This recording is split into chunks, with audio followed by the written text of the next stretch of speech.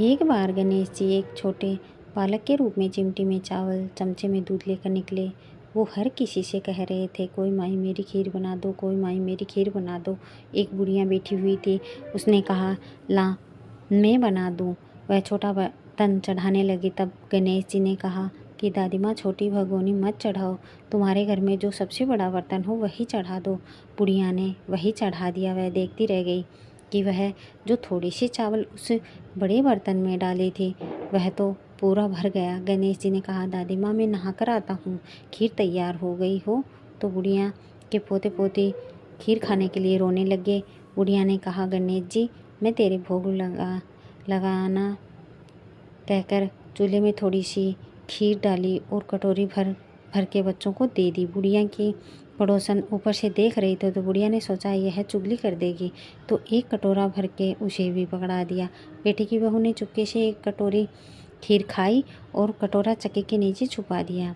अभी भी गणेश जी नहीं आए थे। बुढ़िया को भी भूख लग रही थी। वह भी एक कटोरा खीर का भर के किवाड़ के पीछे बैठ के और एक बार फिर कहा कि गणेश जी आपके भोग लगे कहकर खाना शुरू कर दिया। तभी गणेश जी आए। बुढ़िया ने कहा, आजा रे गणेशा, खीर खा ले, मैं तो तेरी ही राह देख रही थी। गणेश जी ने कहा, दादी माँ मैंने तो खीर पहले ही खा ली। बुढ़िया ने कहा, कब खाई?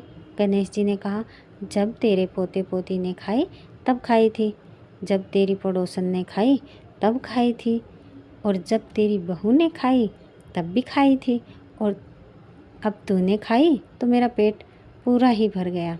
बुढ़िया ने कहा, बेटा और सारी बात तो सच है, पर बहू बेचारी का तो नाम मत लो।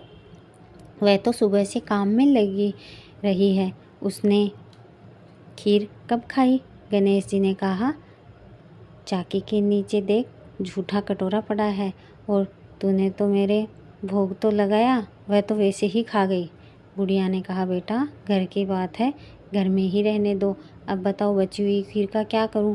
गणेश जी ने कहा, नगरी को जिमा दो। बुढ़िया ने पूरी नगरी में कहलवा दिया और सभी को जिमा दी। फिर भी बर्तन पूरा नहीं खाली हुआ। राजा को पता लगा तो बुढ़िया को बुलाया और कहा, क्यों री बुढ़िया, ऐसा बर्तन तेरे घर पर कैसे अच्छा लगेगा? यह तो हमारे घर पर अच्छा लगता है। बुढ़िया ने कहा, राजा जी आप ले लो।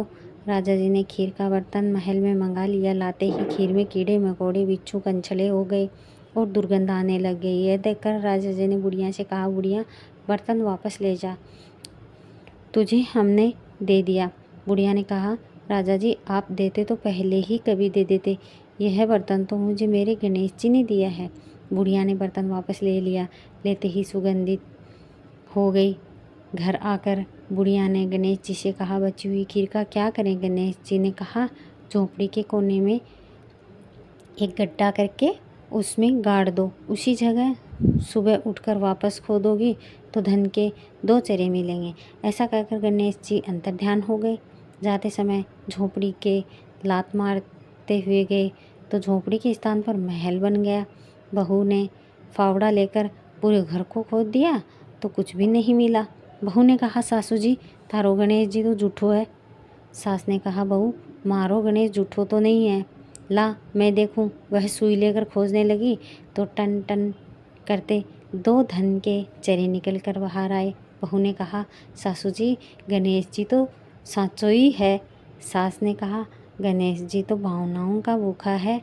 यह गणेश जी जैसा आपने बुढ़िया को दिया वैसा सबको देना। विनायक जी की कहानी कहने वाला, मुकारा बनने वाला और आसपास के सुनने वाला ने सबको दियो। बोले गणेश जी महाराज की जय हो।